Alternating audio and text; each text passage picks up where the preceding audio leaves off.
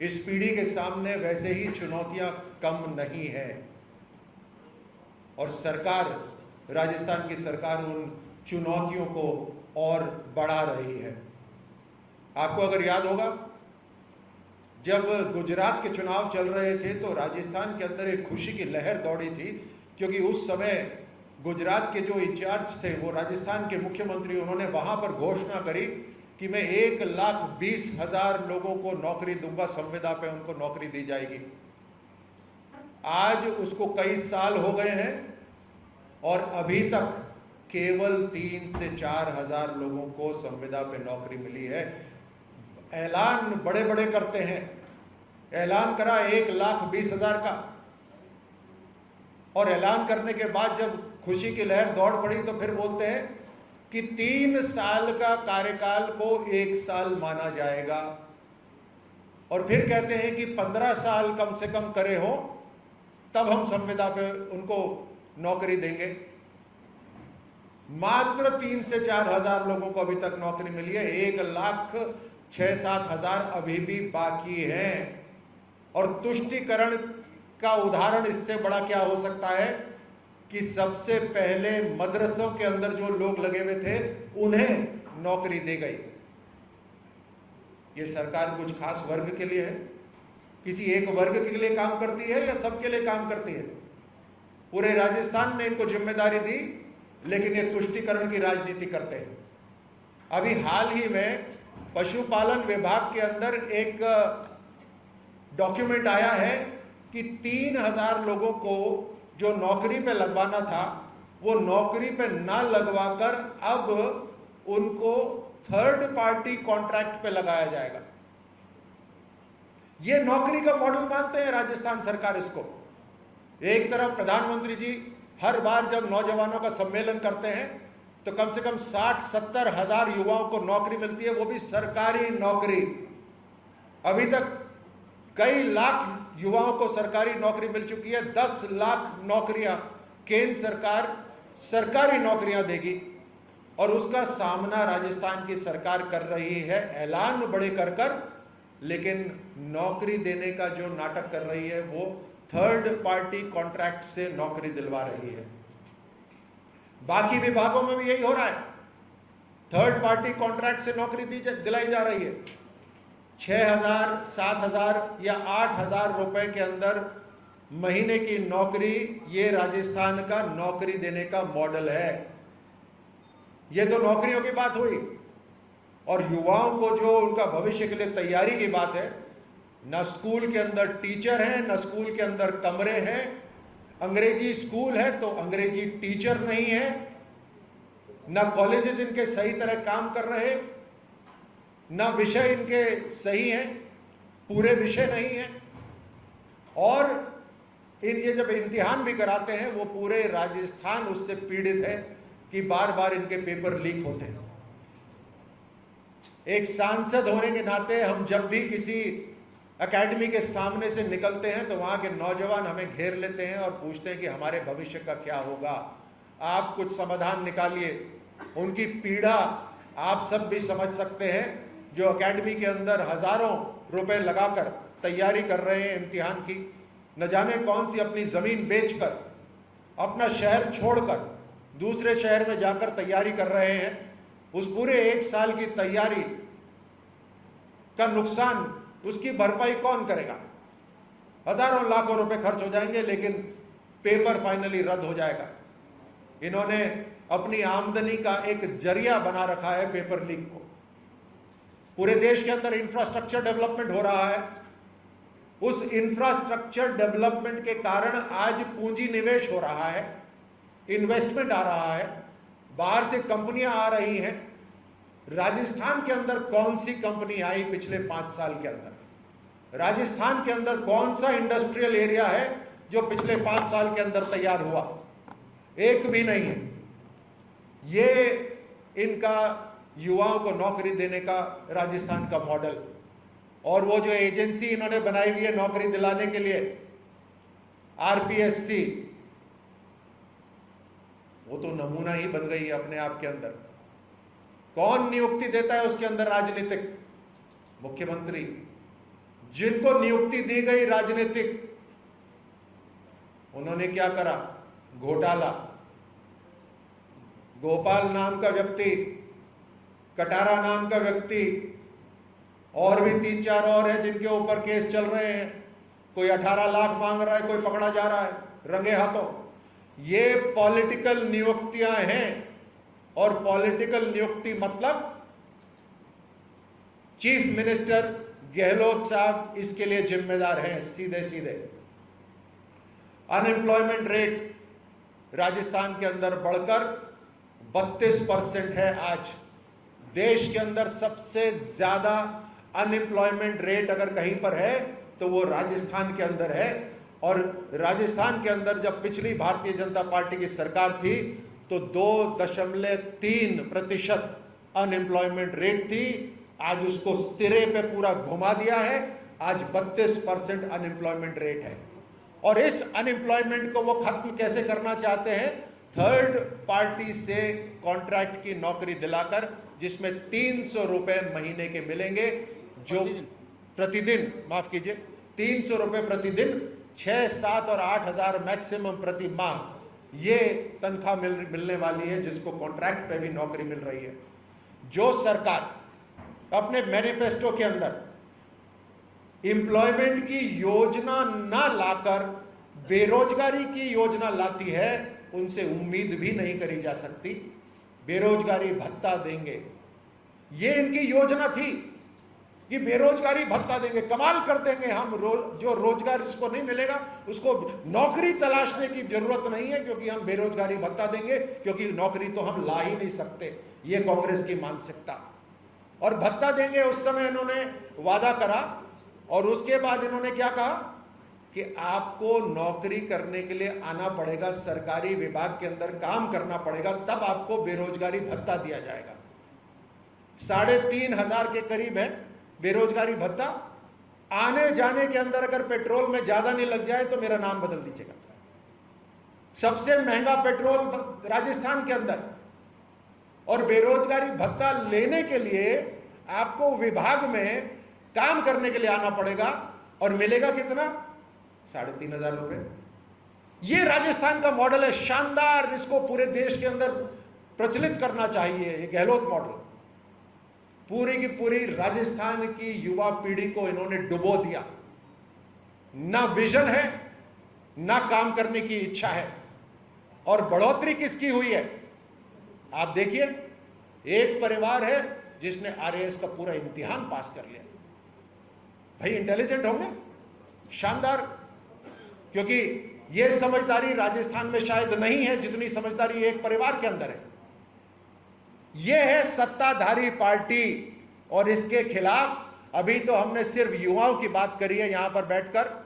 Law and order हुआ, महिला दुष्कर्म हुआ, किस तरह से गुंडागर्दी अपराध राजस्थान में बढ़ रही है, किस तरह से भ्रष्टाचार बढ़ रहा है, उसकी तो आज हमने चर्चा ही नहीं करी।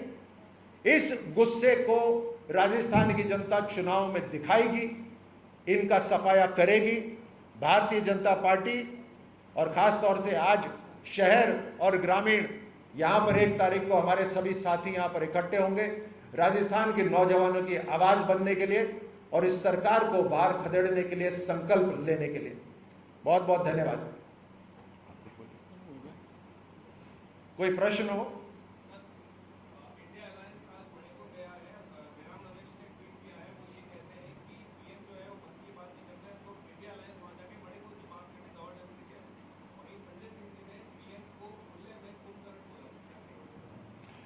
देखिए, जहां तक भाषा का प्रयोग है, ये जो तुच्छ भाषा का, घटिया भाषा का जो इस्तेमाल करते हैं, वो भारत की, देश की राजनीति को एक गटर के लेवल पर ले जाना चाहते हैं।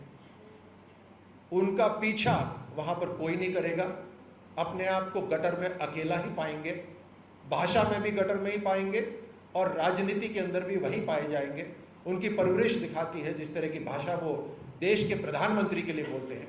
जहां तक बात रही मणिपुर की या नॉर्थ ईस्ट की, तो 2014 से पहले जब यूपीए सरकार थी तो इन्होंने परवाह ही नहीं करी थी नॉर्थ ईस्ट की।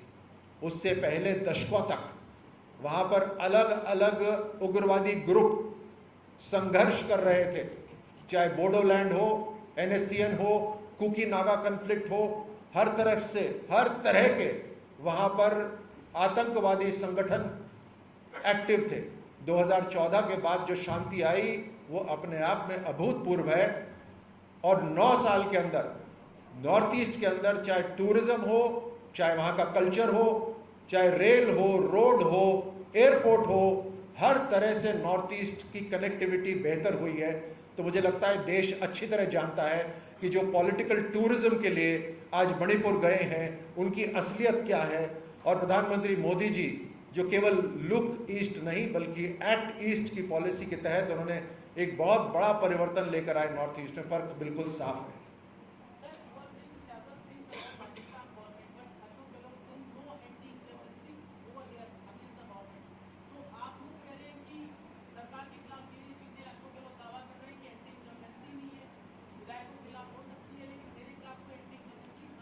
देखिए, क्षेत्र में जाने का कुछ फायदा होता है, लोगों से मिलने का फायदा होता है, पत्रकारों के साथ बैठकर जो जमीन की हकीकत है उसको जानने में फायदा होता है। कोरोना काल के अंदर 18 महीने राजस्थान के मुख्यमंत्री एक कमरे में बंद रहे थे। उसके बाद एक नहीं, उनके दोनों ही जो अंगूठे हैं उसमें चोट आई हुई है। उनके कुछ साथी हैं जो उनकी डायरी संभालते हैं, उनके भी चोट आ गई है। तो अब वो कैसे लोगों से मिल सकते हैं? अब जब वो लोगों से नहीं मिल सकते तो उनके 2-4 चेले साथ में बैठ के उनके वाह वाह करते हैं। ये जब हम बचपन में पढ़ते थे कि कुछ राजा ऐसे होते थे, उनके चारों तरफ उनके वो चेले चपाटे बैठते थे और जय जयकार करते थे। तो सीएम गहलोत केवल अपनी जय जयकार सुन रहे हैं, जमीन में असलियत में जो महिलाओं की पुकार है, जो बेटियों की जो पुकार है, जो युवाओं का दर्द है, वो शायद उनको महसूस नहीं हो रहा, क्योंकि वो तो उनका परिवार तो क्रिकेट पे खेल रहा है। दर्द उनको नहीं हो रहा, दर्द आज राजस्थान को हो रहा है। तो मुझे अचंभा नहीं होता कि उनको एंटी इनकम्बेंसी महसूस नहीं हो रही। आप लोग निरंतर नहीं सहेगा राजस्थान को लेकर मुख्यमंत्री को और राजस्थान सरकार को घेर रहे हैं, और जितना आप घेर रहे हैं उतना ही मुख्यमंत्री योजनाओं का पिटारा खोलना जा रहा है। तो आपको क्या लग रहा है कि ये योजनाएं जो लागू कर रही जा रही है, लाई जा रही है, ये आने वाले चुनाव पर कितना प्रभाव डालेंगी? और ये जो मुद्दे आप उठा रहे हो, ये मुद्दे योजनाओं में कहीं धोखे तो नहीं लगेंगे? मुझे खुशी हुई इस प्रश्न को सुनकर कि जितना जोर हम नहीं सहेगा राजस्थान के में लगा रहे हैं, उतना पिटारा मुख्यमंत्री खोल रहे हैं। हम लगे रहेंगे। ये अपना पिटारा आखिर के 2 महीने में खोल रहे हैं। हम 5 साल तक राजस्थान को संपन्न बनाएंगे और राजस्थान को शक्तिशाली बनाएंगे।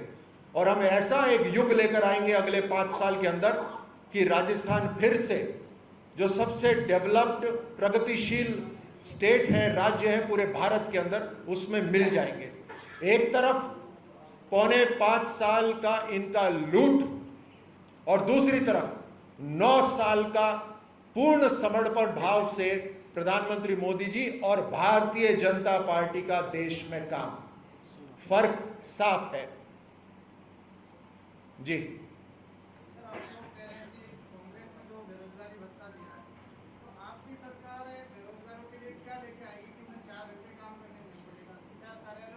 बहुत अच्छा सवाल है कि हमारी ये कांग्रेस सरकार बेरोजगारी भत्ता लेकर आई, जो भत्ता भी नहीं दे रही और भत्ता के अंदर भी नई इन्होंने शर्तें लगा दी। प्रश्न ये है कि हम क्या करेंगे।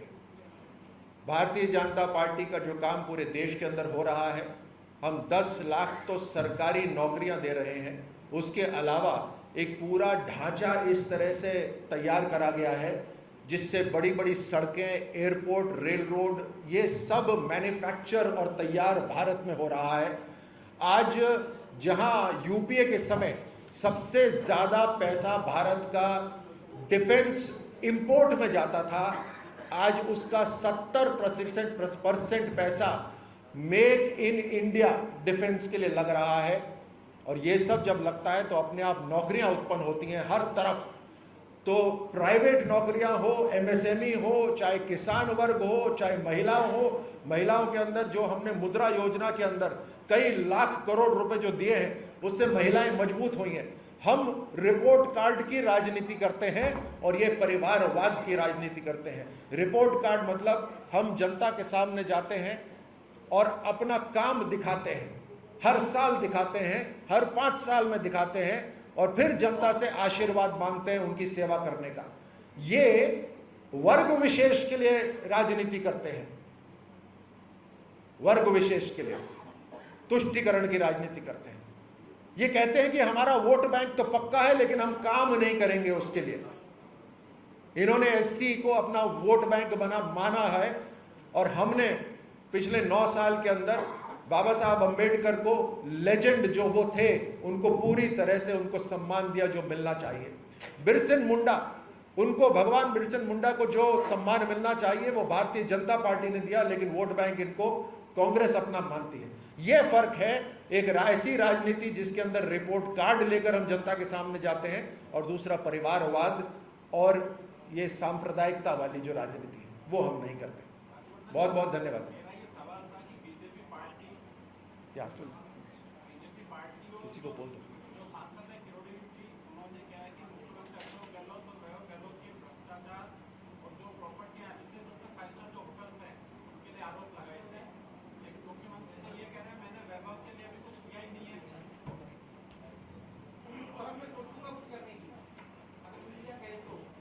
देखिए, हमें चिंता राजस्थान के वैभव से है, हमें किसी एक वैभव से नहीं, हमें राजस्थान के वैभव से है, हमें राजस्थान के युवाओं से है। हमें किसी के एक के परिवार से द्वेष नहीं है, लेकिन एक परिवार को सब कुछ मान लेना, संपूर्ण राजस्थान एक परिवार हो जाए, ये हमें स्वीकार नहीं है। आपने उसके अलग अलग उदाहरण हैं, आप मुझसे इस बात में ज़्यादा समझदार हैं कि अलग अलग परिवार किस तरह से राजस्थान की आज जो सत्ता में है उनके परिवार ने प्रगति करी है पिछले 5 साल के अंदर। लेकिन प्रगति होनी चाहिए थी पूरे राजस्थान की, युवाओं की सुरक्षा होनी चाहिए थी, महिलाओं की, किसानों की, कहीं जहां मिलजुल कर काम करना चाहिए था। आज राजस्थान की जमीन को भी पानी पिला देते हम, लेकिन खींचतान की राजनीति के अंदर उन्होंने वो भी नहीं होने दिया। तो राजस्थान का हर नागरिक ये जानता है कि अगर राजस्थान की जमीन को कोई पानी पिलाएगा तो प्रधानमंत्री मोदी जी हैं। तो ये है सच्चाई।